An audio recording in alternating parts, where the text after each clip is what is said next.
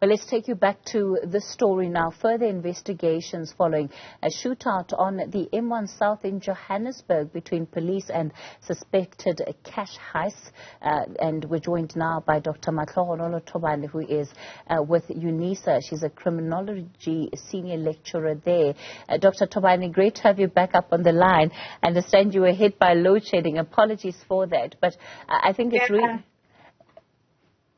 No, don't worry about it. I think it's really important for us just to continue the conversation to really understand the operation of these syndicates. And we're talking about how easy it has been for these syndicates to re-emerge after what felt like a period where not only the police but also business had been pulling together quite strongly to ensure that these heists are reduced.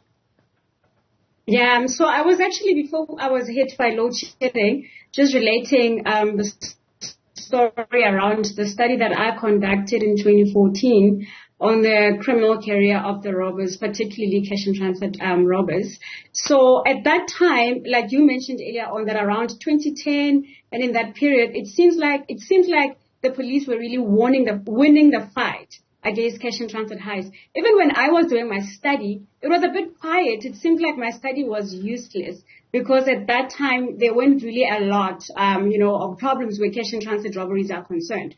But when I went to speak to the offenders inside the prisons or the correctional centers, they actually said that whenever the police seem to actually have, their house in order and they're pouncing on them and they're getting arrested and they're getting killed, they actually lie low. They lie low. And then the minute the police then think that, we've actually won the battle against cash and transit heists, and then they start relaxing or they start shifting the resources somewhere else, then they come back and attack. So they also did explain that, being incarcerated does not actually stop them from continuing to commit the crimes, but incarceration is just a break. A person goes to prison to take a break, and the minute they are out, then they continue. So basically, they don't stop committing the crimes. Mm-hmm. So I think that's exactly what's going on.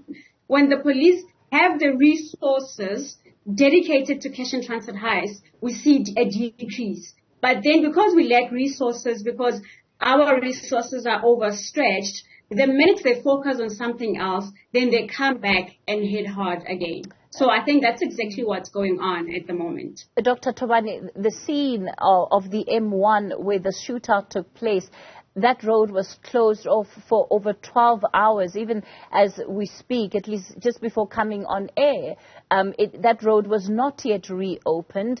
The police are speaking of a high level of sophistication in terms of planning and executing on the part of these criminals. Talk to us a little bit about that and really what is it that they'll be able to get from combing the scene as thoroughly as they're doing right now?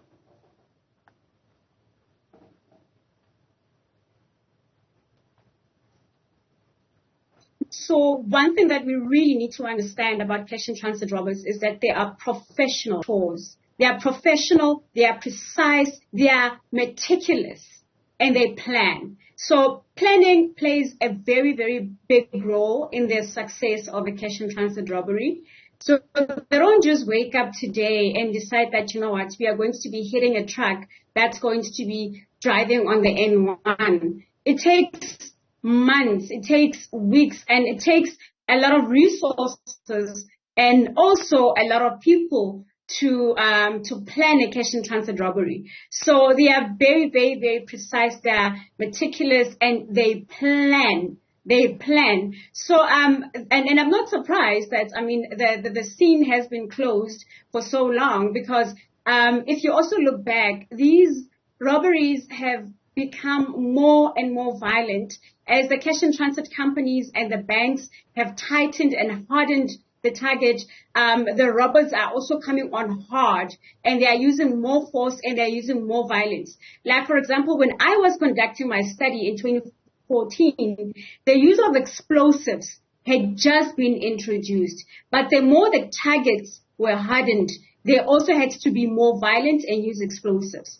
So from the crime scene, I think they will be able to discover also, as we know, that the resources that they use, for example, like their firearms, they use very high caliber firearms. I found that they use even firearms, rifles like AK-47. So they are actually more resourced than the police officials if you actually look at it, because police officials don't use rifles like, AK-47 and all of that. So they are very, very resourced. And like I said in the beginning, cash and transit robbers are very, very meticulous, and they are professional robbers. They're not amateurs. All right. They take a very long time to plan the crimes. All right.